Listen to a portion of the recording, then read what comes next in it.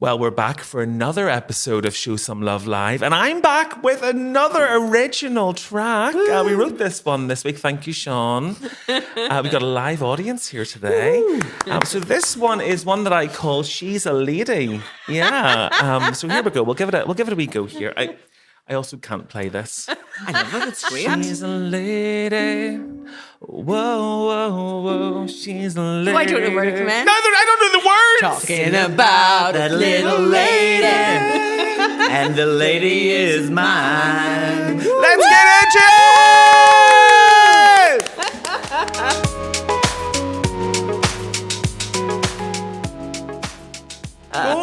Gorgeous. Well, we are here with the myth, the woman, and the legend that is Queen Lady.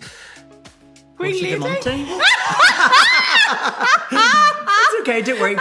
People get very annoyed in my presence and then they get very put off, so I'm used to that, don't worry. Fair enough. I am so scundered. Really. Do you know what happened there? We'll keep that in. We would probably normally cut it. But do you know what happened there? I was trying to work out your if you were in drag, if you were a boy, if you were dressed. Of course you are a lady. You know, those two. So it's down housewife, dear, not just a lady. Yeah. So when you are going down the shops, except for that one time you went down the shops in drag, you're called Marcus, of course. Sometimes, and then sometimes I do go out shopping like this with a crack. Gorgeous. So it just depends. What about going to the shop that time at 3 a.m. when there was a riot on? Do you want to tell us that story? Yeah. So that was actually a Sunday afternoon. Okay. We had all come back to my house when Trudy and I used to do, and Tina used to do the Parliament. Then I lived in the Mount, so it was really handy. Everyone piled back to mine. So a party had happened, and then everybody fell asleep, woke up, and we were in a flashpoint area. So if anyone knows the Mount, it's a square and there's one way in and one way out. Yes. So we were at the very back of the square. The front, there was a riot going on, and in the back, they were using our back alley for the petrol bombs. For petrol bombs, Wow. for the bricks, for the everything. So you're literally under siege. But everybody had started to sober up, and some of the people that were there weren't used to this kind of carry on, so they got really nervous. And being the hostess that I am, I was like, right, well, how do I counterbalance this? So I went upstairs and threw on a wee pair of black trousers. I had my own long blonde hair at the time, a wee vest top, and a wee blazer, and a wee bit of lip gloss. And the thing is, as human beings, we believe what we see, so we don't question anything unless it's such a break from the norm. Yes. So I stepped out in the back alley into the middle of all the petrol bombs here and all the bricks and stuff here, and just walked up through the middle of them, and they were like, "Oh, sorry, over here, you should really be here." So it was like the parting of the Dead Sea, and they just let me walk straight through. I went round to the mace, and it was just filled with rioters and the merriment of the riot that was going on. So there was a lesbian girl that worked in there, and she nearly shit whenever she seen me. And she came over and she was like, "Don't even open your mouth. I'll open a till whenever you're ready to be served." So I went in and I got all the drink. Don't that even I open needed, your mouth, guys. So I'm in the queue and she's hovering around and she's white. I'm fine. Like, I'm like, there's no big deal. You're still And drunk from the night before. Yeah. And so then it comes to my turn. She quickly opens a till. She does it. I walk back down through the middle of everybody and they all parted again. But they were all like woof whistling and everything like that. So I kind of thought, oh, well, sure, give them what they want. So I had like a wee black bra on and a wee vest top. So all I did was this. And they were like, and then I went into our gate, barricaded the back of it, and the party commenced. And then by the time that round of drink had ran out, all the riots had been finished. But the army tanks used to park along the back of the Mount because they'd sometimes be there for days. And I would put a ghetto blaster on the windowsill and then do like Dolly Parton, and I would go out. And do you know the way they had the big floodlights? So I would dance up and down the street to Dolly Parton, and they would put the floodlights on, and I would dance between them for a bit of entertainment for them. That is movie level stuff. Yeah. I know. That is like a scene. You know when it's like, you know, some of this movie might be fictionalized for dramatic reasons. You don't need that. No. I know, because they were there sometimes for a couple of days, so they were just thrilled for a bit of crack. Yeah. So they were making it go, and it was fabulous. Oh my goodness. Isn't it mad? Because you've been doing drag for, is it 25 years? 25 years. I know. So you were and boy. born you were born sort of in the sort of, what is that, the sort of the 90s then, like just sort of before the peace process?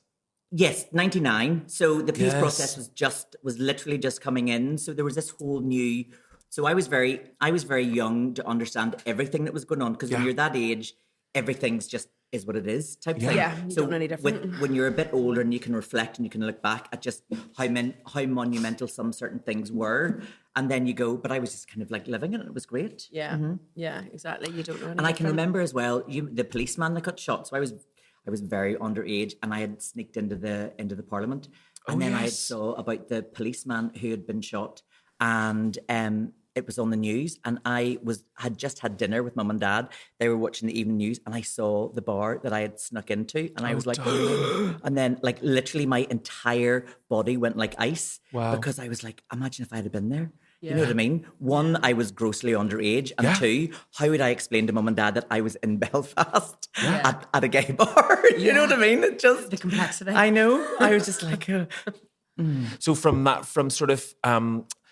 sneaking up the Belfast, going to the Parliament and, Yes. and having the crack to dancing up and down the streets, possibly going to end up on the UTV news, hungover or still drunk, walking parting of the seas for the riot police. It's been a journey. I was once asked to lead the bands, right? So years ago, whenever I used to work in the BBC, so as glamorous as I am now, I'm like that as a boy, especially whenever I was in BBC, and I literally looked like little Lord Fauntleroy. So I dressed in the summertime. My fashion theme was spring, summer, nautical, autumn, winter, country gent. Every year? Every year. Oh, because that I just see meant it. I see everything it. everything works. Yeah. So It's like I would natural. mix and match, and in the winter time it would be like the same trousers, same shirt, but with a waistcoat and maybe a blazer over it. And in the summertime it was the trousers rolled up and a wee cravat and a jumper over my shoulders. I think about that. Do you still sort of run that theme? Because the little It's just jumper. easy. If I was to draw a picture of you, I would draw someone who looks like they've got a yacht. Yeah, Yeah. You know, Definitely it's that Yes. feeling. And every jumper I have has got a safety pin in the sleeve, because I underpin the sleeve so that the jumper never moves. So I was like, oh wait, yeah, and there's always a safety pin in the sleeve because I wear it over my shoulders.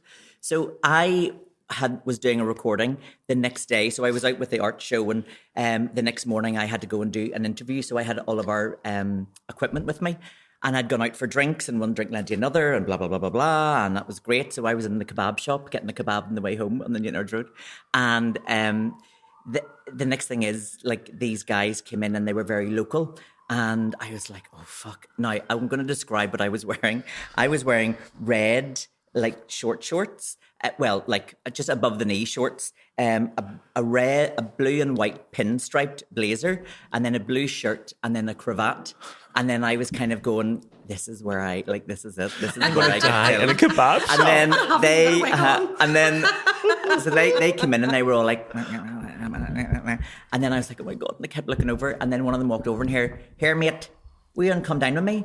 And I said, yes, I was. Yes. And they said, you were fucking brilliant. I knew it was him. So then the next thing is, and then they said, you dress like a tranny, don't you? And I said, I'm a drag queen. And they said, all right. So then they were chatting away. And then the next thing is, would you lead the bands? And I was like, well, I'm sure possibly could at some point. And then I got my kebab and left. So 10:30 the next day, I'm at the bus stop. The woman from the bakery came out. Now, I don't even think 12 hours have passed, right? And the whole of the Newtonards Road knew about you. She came out and she was like, I hear you're leading the bands. And I was like, what? And 3 days later, at the door, the lads, and they were like, what did I need to lead the bands? And I was like, I can't fucking lead them. Like, it's not a mission, I'm leading the bands. Do you know what I mean? Did you lead the bands? Did they give you a stick and did you rhinestone it? No. I said I was going on holidays, and then I just went into hiding for 3 days. Because at the time I worked in the BBC, so you kind of have to be neutral to everything. Yes, So of course. it's not really like I could be there leading the band going, Mama. You know what I mean? That's amazing.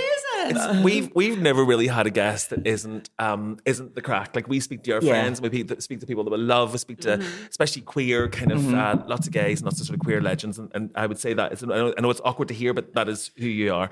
And it's funny because often we do have to at least kind of interject, but I feel like you could suppose you have just hosted. You are a host. Yeah, you know, professional. we could sit here the whole time, listen to all your stories. For anyone that's such a listening treat. that's never listened before, it is great. For anyone that's listening to this, never listened before, I'm Connor. And I'm Becky. And We haven't even said hello. no, and together we are Show Some Love, and this is our podcast. If you want to give us your money, you can do that. And if you want to come down to Greenhouse, we are filming live in this space. We'll just take a wee second because we're not going to get a look in. But hello, Seán. Hi, Seán. Hi, Seán. Hello, darling. What's a crack? How are you It's okay. doing? I can't see you too well today, Connor. I know. Surrounded by lighting. Well, Not that we need much. to we be don't fair. talk about We're all the lighting. naturally I love your gorgeous. tattoo. That's gorgeous. Thank you so much. Your I've little- had that a while. I've never seen that before. No? Maybe, I don't know. Maybe you showed us it and I told you it was gorgeous. One of the I've seen it. two. I think I've seen it once. It is gorgeous. Either I've seen it or I haven't. So for anyone's listening, it's like the Good on ya. space scene. It's like this Yeah. mount our planets and then surrounded by darkness. Is that Yeah, right? I loved like everybody was getting those band Yeah. tattoos yeah. at the time, you know, In, like in just our like the full. world, we call those fisting bands. So that was my next question. Is that how far you've fisted? Is it sort of your record or? Yeah, That's why I think you've I seen love before. it. I mean, that's a big one. that was That in is a big one. 2016. I haven't beat it since. I love it just before we recorded. So basically, our lives are a bit mad at the best of times. But today we are doing multiple photo shoots. We're doing Yes. multiple podcasts. We're running about like mad things. It's actually the 11th, so we're Yeah. officially Yes. off. Yeah. But Marcus kind of came back into our orbit. And suddenly we're doing a million things at once, and it's all Yes. very showbiz around here. So hence the start of the podcast. Forgetting your name. To be clear, you are Lady Portia Di Monte. Yes. If anyone wants to search for you, they can. If you want to book her, she's wonderful. Can I talking about the things that you do? Can I talk about a night that we ended up in? Is it the Balmoral? Yeah, I think it was the Balmoral, wasn't That it? Yeah, so Coca that Bongo. show, I think that you were sort of like maybe it was like a last minute kind of booking. Yes, you know? I think somebody had dropped out. Yes. And then they were just like, we're really desperate. Are you free? And I was like literally sitting on the sofa watching a movie and I was like, oh, okay. And then went, because some of those things I'm not 100% sure what I'm turning up to. Yeah. But literally all I need is a microphone and somebody to press play and I'm fine. So much so, Yeah. and we Yeah. could tell.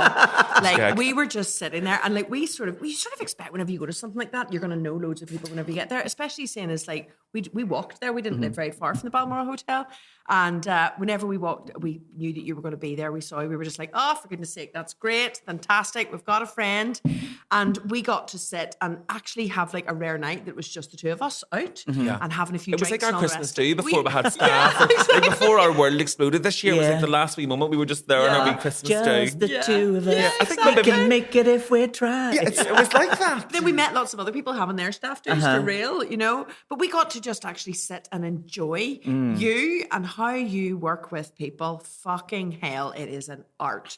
I swear Really? to God. Like with the North Down housewife, you know, that sort of way of being is so delicious. Like, especially whenever you're around like so many people that are shit-faced Yeah. and rowdy as fuck.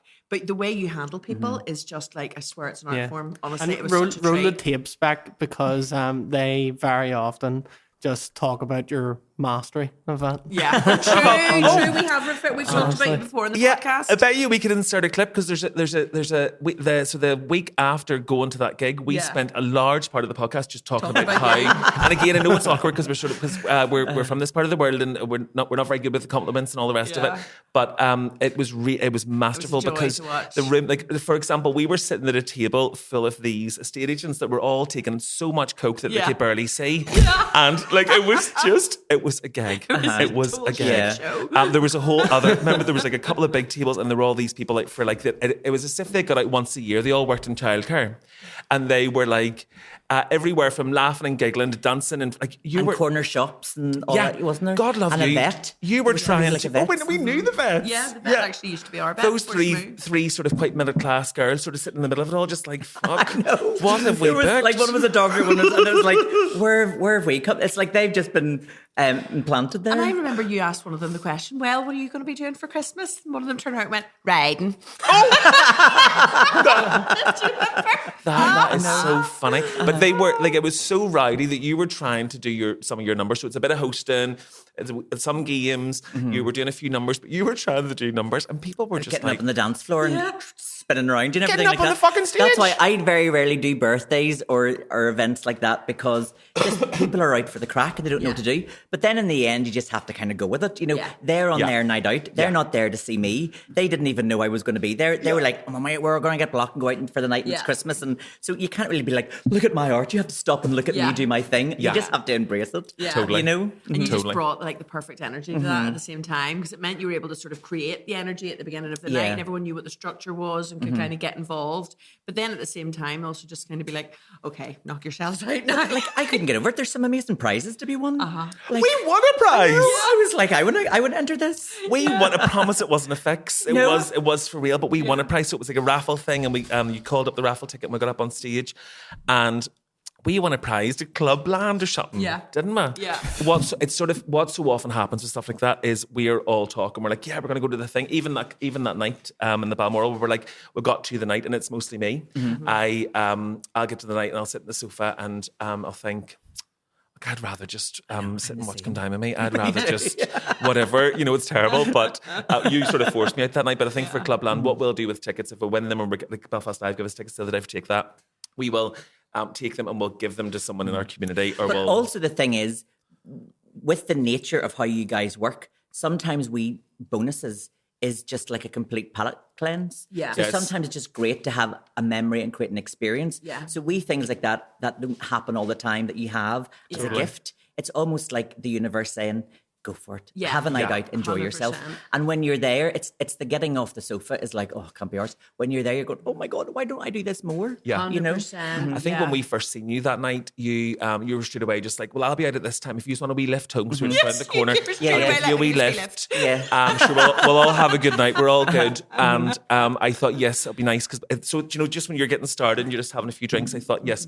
we'll get away here. As soon as you're leaving, I'm leaving here. Yes. And by the end, we actually didn't take the lift because we have met so many, mostly women that are just like, here, I think we have a certain energy. Yeah. And people then do that thing where, and we were talking to Trudy about this in a previous podcast, but people do that thing where they're like, here, I was working for such and such and you never guess it happened. Yeah. Or here I was part of this family. And straight people, queer people, everyone, I was part of this family and I had this uncle and he was a bastard.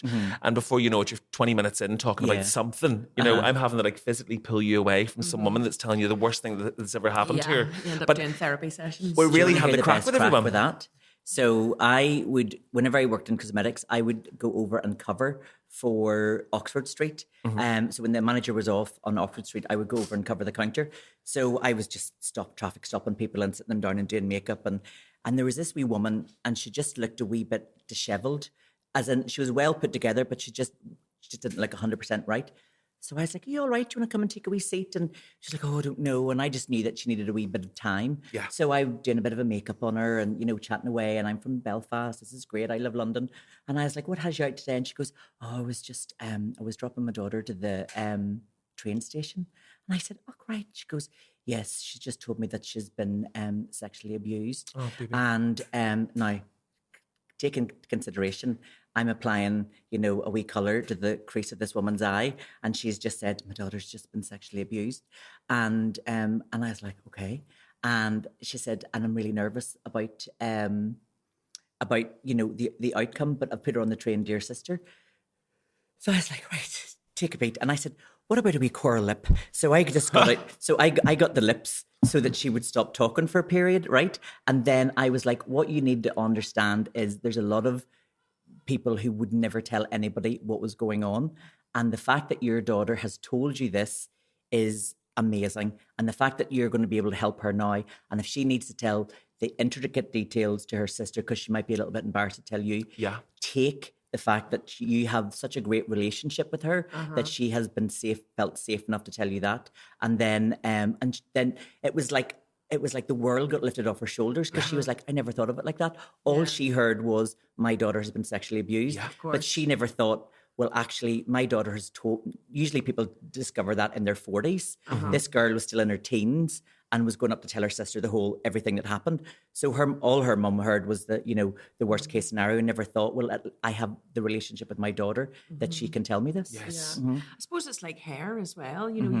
Connor said that from many years of doing hair, and I suppose you probably find that now as well with your beautiful salon, is that people, whenever they sit in a space where there's like a real care thing happening, whether it's in makeup it's so or intimate. hair. Yeah, exactly. Real trust. It's like, I remember when I worked for Diageo years ago, there was a thing that they were doing which was around, like, it was a beer promotion, but at the same time, often they try and do things that are more corporate social responsibility. And there was something that they were going to do that was something around like training up barbers around mental health. Do you know, it was something like that as well. Everyone was doing the beer fridges. Yeah. You could sort of have a drink or you have a whiskey in a very fancy place. Yeah, because they found, like, and we're much all better at it now, but like particularly at the time, men weren't talking about mental health at all. It just wasn't on the agenda, But you also would tell me about how you would know all of these things about like pregnancy and menopause. You knew more than I did about loads of stuff. Because people would sit and I feel like I'm a menopause expert. But even now, people that bring up some random thing that happened to them, and I'm like, yes, spoken to a couple of people about this. This is the crack. Do you know, actually, you said about pregnancy.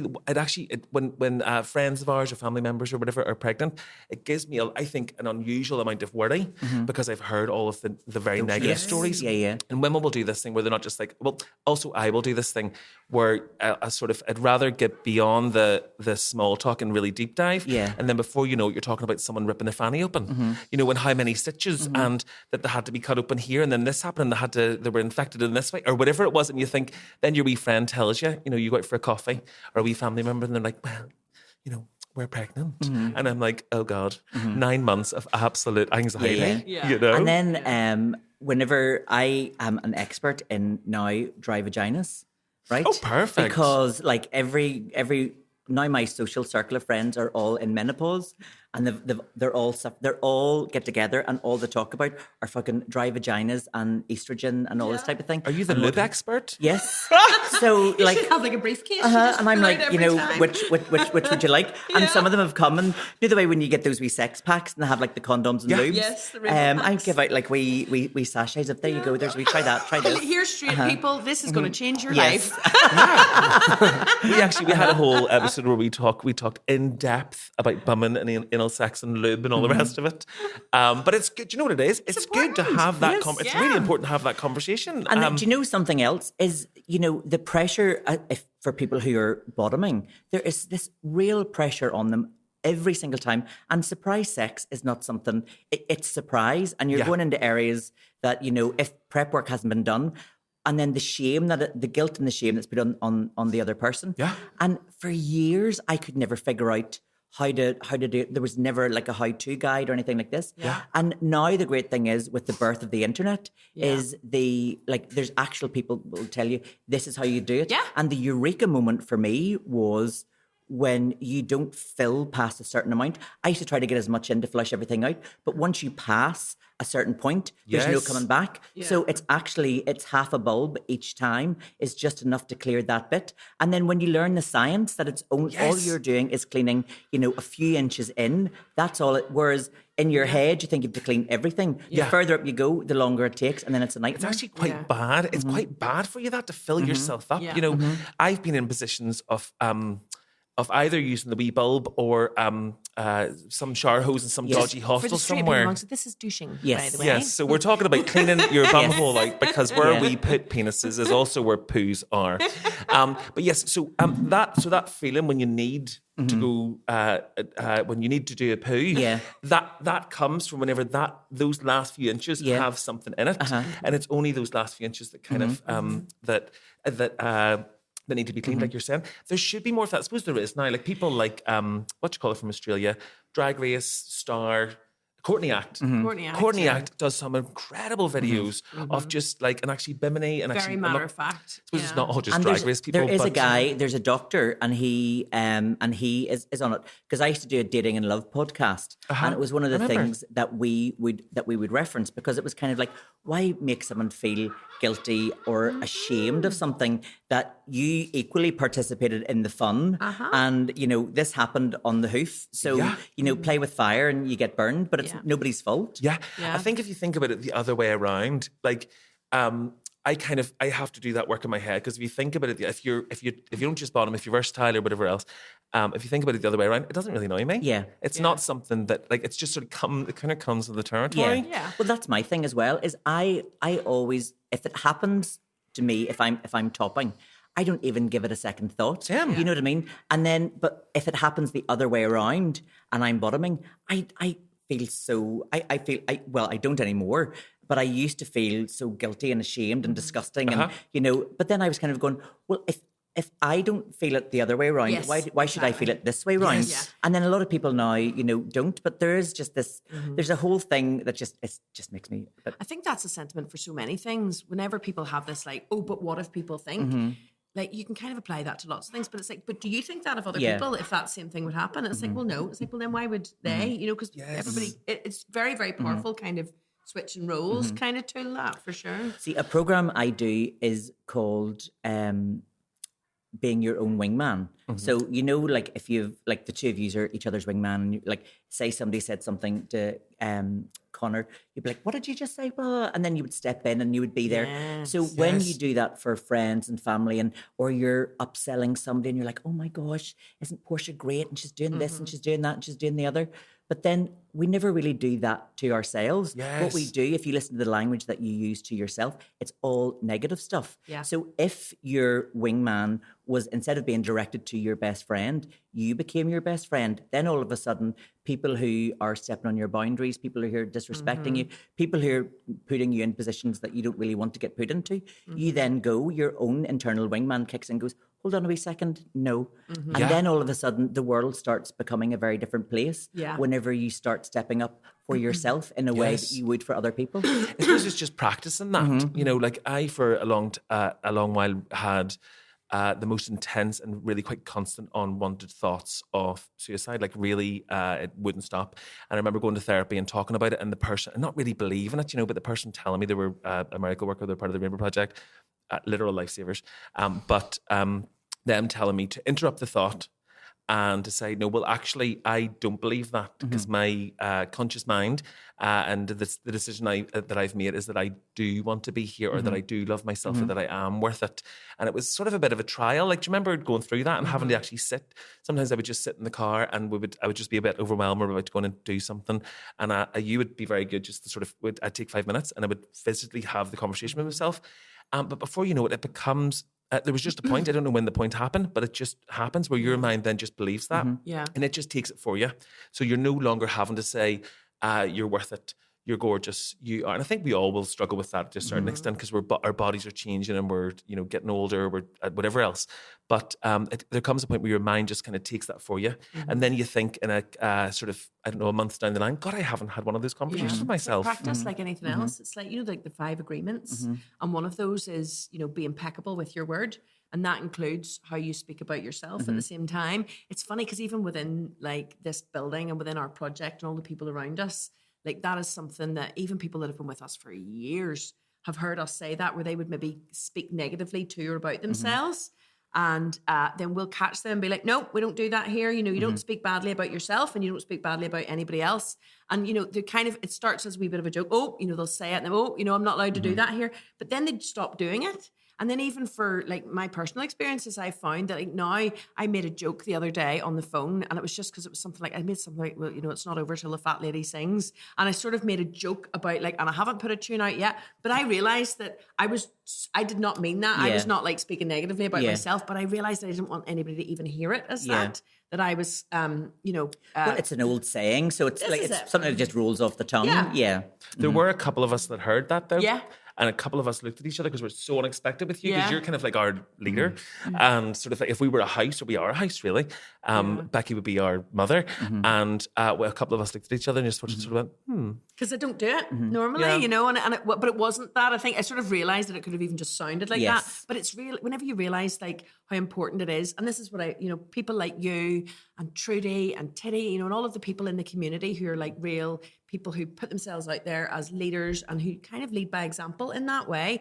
It is so important because there are people who are watching and they're listening. And even if it's not so direct, they're absorbing, you know. So it's why one of the reasons why we love doing this podcast, because it means we get to have conversations like this, and then sort of the queer babies around, or straight babies, or anybody can sort of listen to it and be like, oh, that's maybe only something I've heard on the TV or on Instagram. But these are people like around me in the city that are saying the same thing. Maybe I can But there's be a better to science myself. behind all of that. So neurologically, how your brain works and how all the pathways work. And our brains are designed still back to the Neanderthal days of safety. If we could lie in a darkened room and never leave, our brain would be, oh my God, this is like the best thing ever.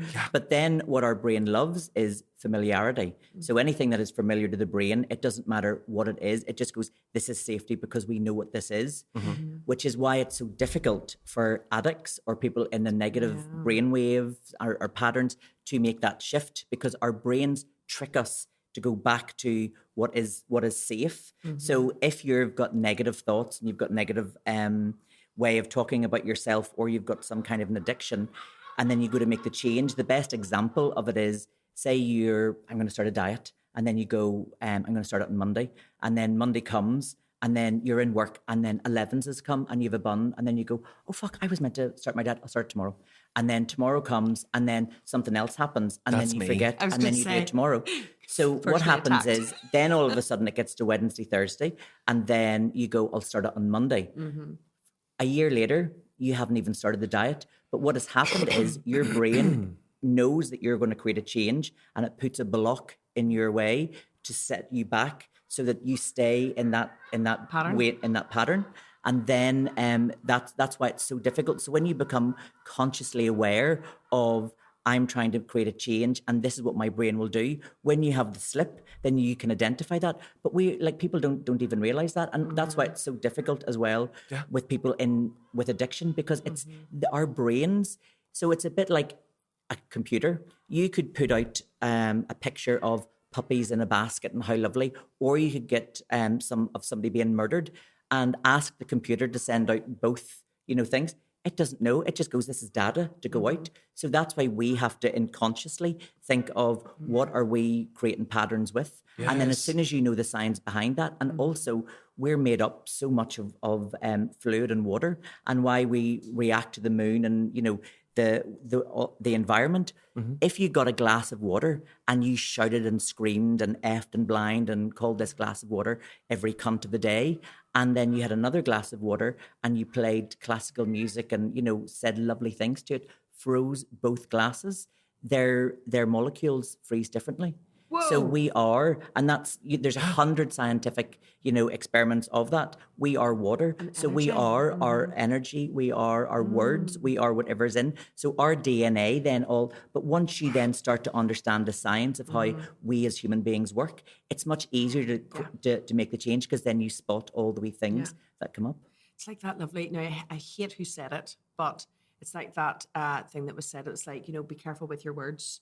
Then your words become your actions become your thoughts, and then that becomes your character. I can't remember what the order of that is, but it's why language is so important, and being internal intentional. And external. Yeah, exactly. And the language that you put out into the world and how you speak to other people, that then sort of gets internalized as well. So the more we practice good behaviors, even if you're doing it for somebody else, like there's a thing in the addiction community that people that put themselves up for sobriety or want to go and get clean, as they say, which I hate the phrase, but it's what they use.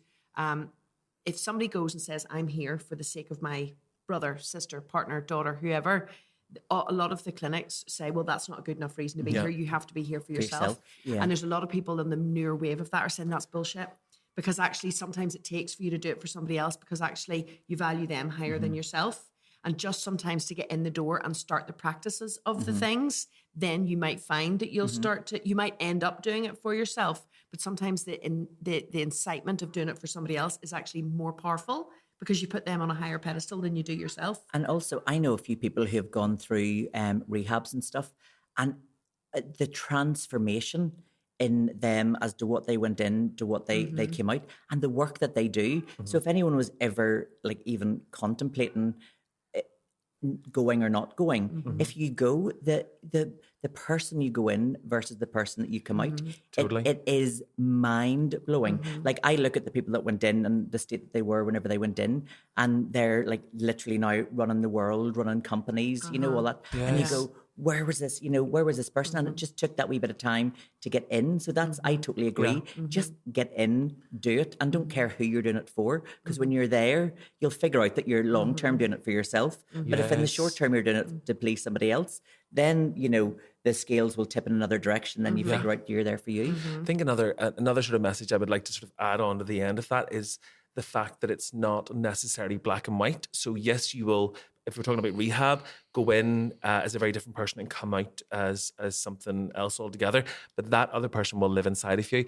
I remember listening, I know he's problematic in all sorts of ways, but listening to Russell Brand years ago talking about how with his addiction, at any point that he would take drugs, he is fully committed to just giving up his life. So he will just get more drugs, he will get on it, he will lose his home, he'll lose all of his money. He knows that, but that person lives inside of him. Like inside of me, there is this sort of really quite depressed and anxious stoner that I remember saying to you once, like we were sort of talking it out and I was trying to convince you that I wanted to just sensibly smoke weed. Like I was just going to start just sensibly smoking weed, and I wouldn't be a drug addict because I'm over that now. And I remember Becky being like, "Okay, cool. Like you sell it to me. What was the crack?" Yeah. And I knew the answer was no before we even started. But I was like, "Well, I'm really sensible. I've really got my shit together. I don't really drink alcohol. Maybe I could just have a couple of smokes." And I was like, life is just easier when you're stoned. And I remember Becky going, "Of course, no shit, Sherlock. Of course it fucking is. Yeah. That's why you get stoned. Yeah. Yes, it is. But you can handle it because remember this and this and this, and remember this time that this happened. Like, and really serious, scary shit. And do you know what I find so funny as well is there's so many people do not make the connection between smoking weed and mental decline. Yes. Because they go, "Oh, I need it to help me." That's actually what sent them over the edge. Yes. And it's like going, how do you not see? There's some people that I know, again, I'll not name names, but I look at them and I go, it's not that you needed a joint to like settle yourself. You need to stop it and then you'll be settled. Yes. It's there's a mountain to climb. You have to get over that because for all that we're not physically on a cellular level dependent on something like weed, there is still a mountain to climb to get over it. Yeah. So it's going to take maybe a couple of weeks or a couple of months or maybe a couple of years to really get there. But you will, once you're sort of out of that literal fog, go, "Oh yeah, maybe actually being completely stoned all the time." Like I remember going into those same therapy or counselling sessions in Rainbow Project. I remember going in one day after buying a big bag, and I mean like a big bag, and wearing this big puff coat, and they were the woman that was doing it was very sweet. But I sat down and sort of puffed the thing, and she just was like, "Have you got drugs on?" Yeah. And I was like, "I am pretty stoned. And yes, I have just bought like an ounce." And she was like, "Okay, cool. Let's do the thing." But yes, I remember at the time thinking, and I think at a certain point I did really need it to cope. With the really, really intense trauma of something really bad happening, it can get you out of the whenever you just can't actually cope, you're not ready to process. Sometimes you need to numb that shit for the rest of your life to kind of like rally around you and all the rest of it just to get you over a certain hump. But there is a very clear point at which it stops helping and starts massively hindering and harming because then you can't implement the other tools and things that you have that you need. That's what you're saying is the story of so many people. Sort of in our community, actually, just I think in all communities, but it's that like I need that to cope, and that this is the answer when actually it does at some point become the block. Same for alcohol. I think alcohol is probably one of the most destructive. It's the worst. It's the most frightening substance that we have at the minute, and that's like a medical rating. Like alcohol is rated higher on the harm scale than heroin. Yeah, because of the harm and how addictive it is and how accessible it is. I literally never drank in the house on my own ever until lockdown. And then I would make myself like wee cocktails and things. And then before I knew it, I had stopped and I was like, I think I've drank every single night for like nearly 3 weeks. But like in my head, I'm just having a wee drink here and a wee drink there. And then a wee bottle of wine or like half a bottle of wine and then another half a bottle of wine tomorrow night. And then, I'll get another wee bottle of wine, I'll get a wee beer and I'll make a wee cocktail. And then there's a couple of times I was standing up and then I was walking to the kitchen and going, "Oh my God, I'm blocked." And then... But it wasn't really registered to me, you have just drank straight for, and then I was like, right, I'm just going to go back on to what I normally did, like water and stuff like that. And then I was getting like twitchy and I was going, this is how something like that Yeah. would start. Yeah. You're not even aware, and then all of a sudden I've said no to my body to like, you're not having alcohol tonight, and then it was starting to like, I could literally feel myself going. I was going, this is actually what it must be like. Because thankfully I have the willpower to go, catch yourself fucking on. You know what I mean? Yeah. Because I am my own wingman. Yeah. But at that time, especially because it was such a traumatic time for everybody, you know, the fear was palpable. Yeah. You know, I'm sure there was a lot of people who like sort of were pushed over the edge. You know, in Well, just before we started recording, you actually you're on the miniatures now, aren't you? You're doing the Yes. fireballs. Yes. couple down, yeah. I And use it then as Portia's whitewash. here. 2 Bushmills and a wee Yes. blossom hill. You can right, smell it. Zinfandel. But there is, when it comes to alcohol, just to sort of round that off, when it comes to alcohol, there's a certain luxury that's attached. I think about you, I sort of put you in a luxury space. You know, you 100%. drive a very fancy car and you're always very well presented and you're always together. Yeah. You know, I've never seen you as a boy or as a girl at not put Perfect. together. Like when you sent me that voice message earlier, this was hours ago and you were Yeah. getting your face on. Yeah. Because I know you spent the morning just kind of getting everything ready and making sure your lashes are perfect and, you know, getting this steamed or whatever. But that then can attach itself sometimes to alcohol because you're not drinking some cider, you're making a fancy cocktail. 100%. You know, Because I wasn't like drinking White Lightning on a corner street. I was Barbuster. making myself like these wee cocktails and thinking I was great and having Prosecco and nice wine and spritzers and things like that there. So at no point in my head was I going, Yeah. you need to catch yourself on. Yeah. Yeah. Yeah. It's funny, even though, you know, there's a lot of places that are like, oh, it's fine, you know, we'll just do wine and beer. I actually, even fancy receptions will have wine and beer or just wine. I think wine and beer Wine are blows the head off you. same. Yeah. Like, I can drink vodka probably all night long. If I have 1.5 glasses of wine, I've now realised I can't drink wine at all because it just destroys me. But I just think there's something weird has happened in society where all of a sudden there's like a lack of taboo around a wee glass of wine or a wee beer. Whereas if you have a spirit, actually, unless it's turned into like a nice cocktail, then somehow that's a bit more trashy or something like that. And that's just, I think, the wrong way around. Well, I do the Jesus cocktail if I'm having wine. So What's a Jesus cocktail? So, you know the way he turned water into wine? Yes. So I would get a large red wine glass, but put the equivalent of a white wine glass in it and then top the rest up with sparkling water. It ever so slightly dilutes it. It gives it a wee bit of a fizz, but it doesn't, you still taste the wine. Yeah. But what you're doing is you're getting extra fluid in with it.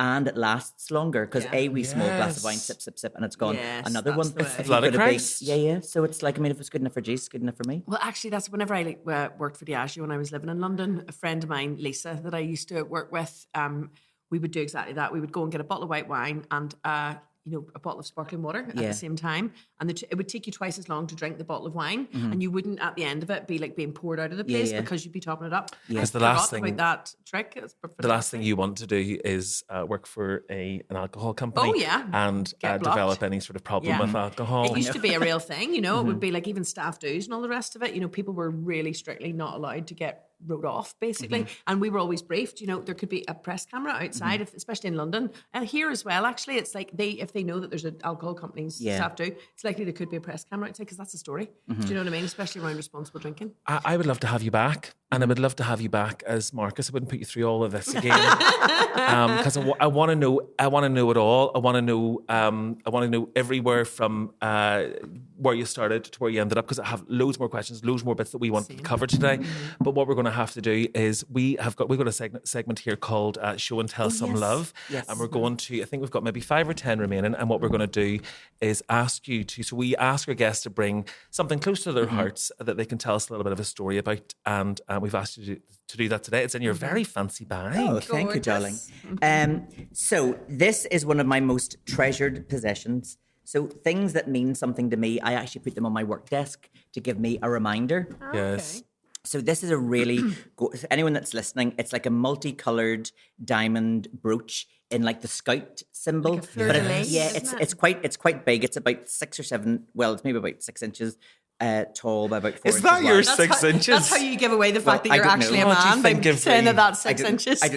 I don't know what inches So every are. willy you see, you think it's a 12-incher. 12 inches. I'm going to sleep with you then. Well, I don't know what size that is. What is it? About 4 inches, About I think. 4 inches. Okay, Yeah. so it's about 4 inches. And it was given to me whenever I first started. Because whenever we first started doing drag and hosting and all that jazz, that had never really been done before, right? Yeah. So whenever I started in the Kremlin on a Friday night, I would make a point of going round everybody and chatting to everyone.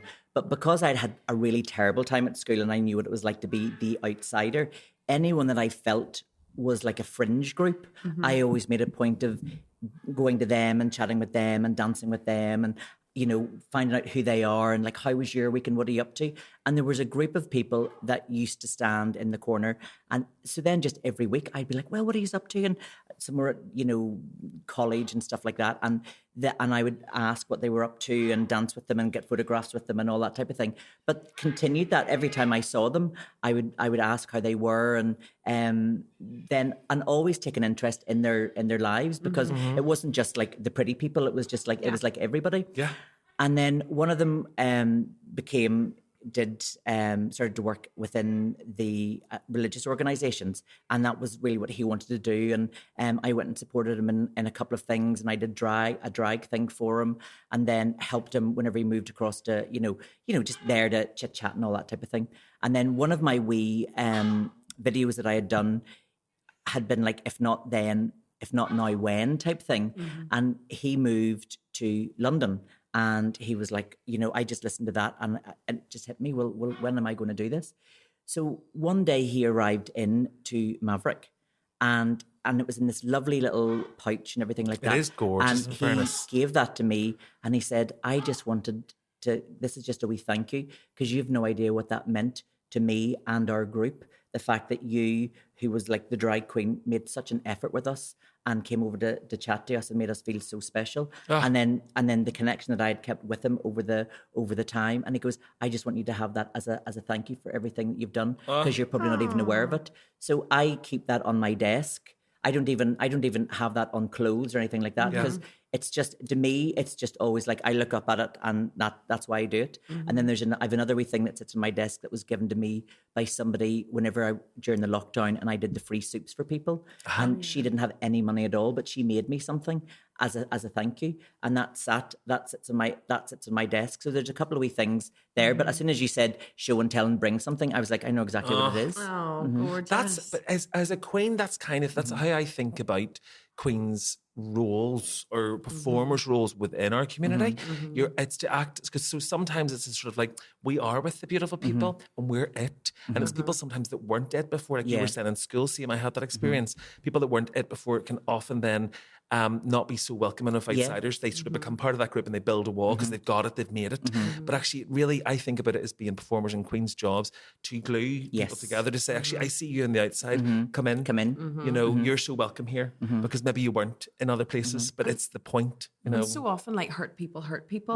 But if you have something like a shitty time at school or something like that, well, even we were chatting to Trudy about this as well, it's like it can either make you bitter or it can make you better. Do you know what I mean? And even we were sitting having a meeting with our volunteers last night. We're sort of doing a bit of a check-in meeting. And even though every single person individually around the room was a wonderful person, really friendly, really engaging, just gorgeous, at the same time, it was really important to us to kind of remind everybody that we have to be really conscious and active in how we do that. We can't just be like, oh, well, I'm available if somebody wants to come and talk to me. You have to look out. Yeah. You have to see who is the person who's on the edge of the room, who's maybe just a wee bit shy, whose mental health might not be great at the minute, who maybe is great whenever they're in a wee group one-on-one, but And maybe it's not so reading good between in a the big lines. crowd. How are you? Okay. I know you're actually not okay. So let's go and have a wee chat. Yeah. And they're like, no, but I am okay. But you're not. Yeah. You know, it's actually, it's just going, it's all right. Yeah. You can chat to me, and everything that's being said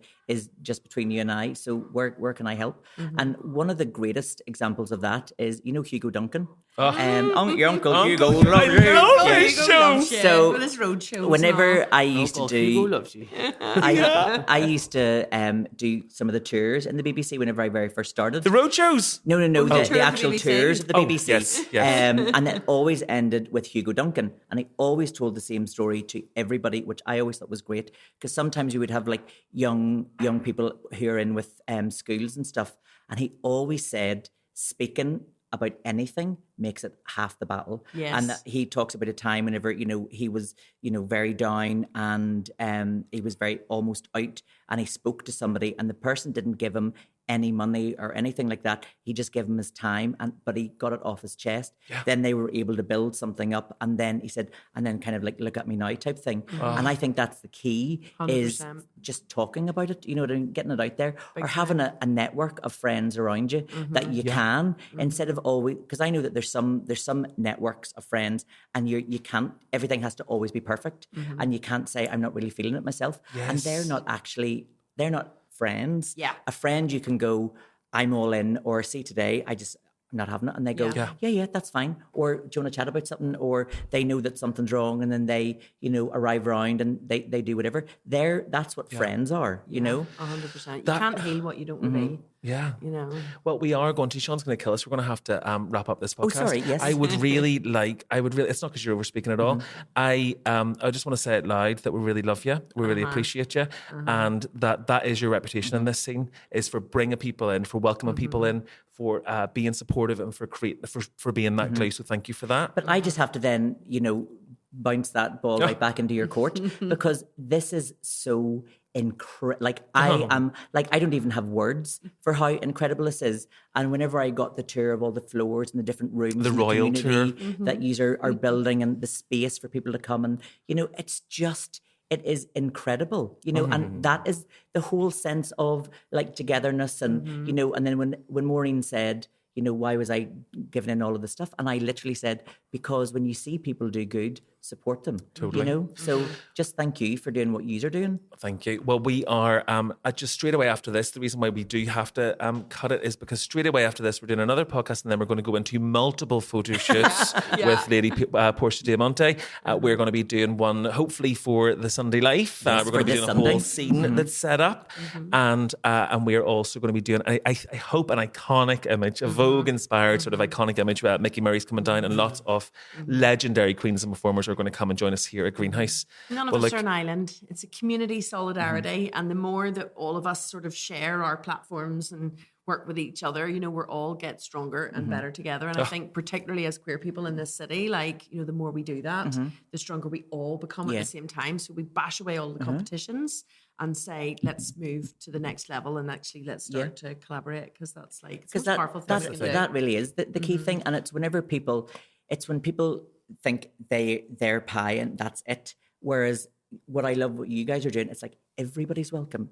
Everybody's door is open. And if you need to come in and do something or help out, like I loved the fact that you were chatting about somebody who works a lot of their time from home but actually needed a space just because they've one big long sleeve. Well, we're 10 years ago, where that place didn't exist. Totally. It was like you would have had it on your garage floor. Whereas there's a space like this for everyone to come and do their thing. And you can come and have coffee and a bit of crack at the same time. We're clipping that. Yeah. We're clipping that, and we're going to stick £100 behind it. We're going to be booked out of here. We're going to have a waiting list for membership. So thank you. Thank you for coming again. Yes, and you.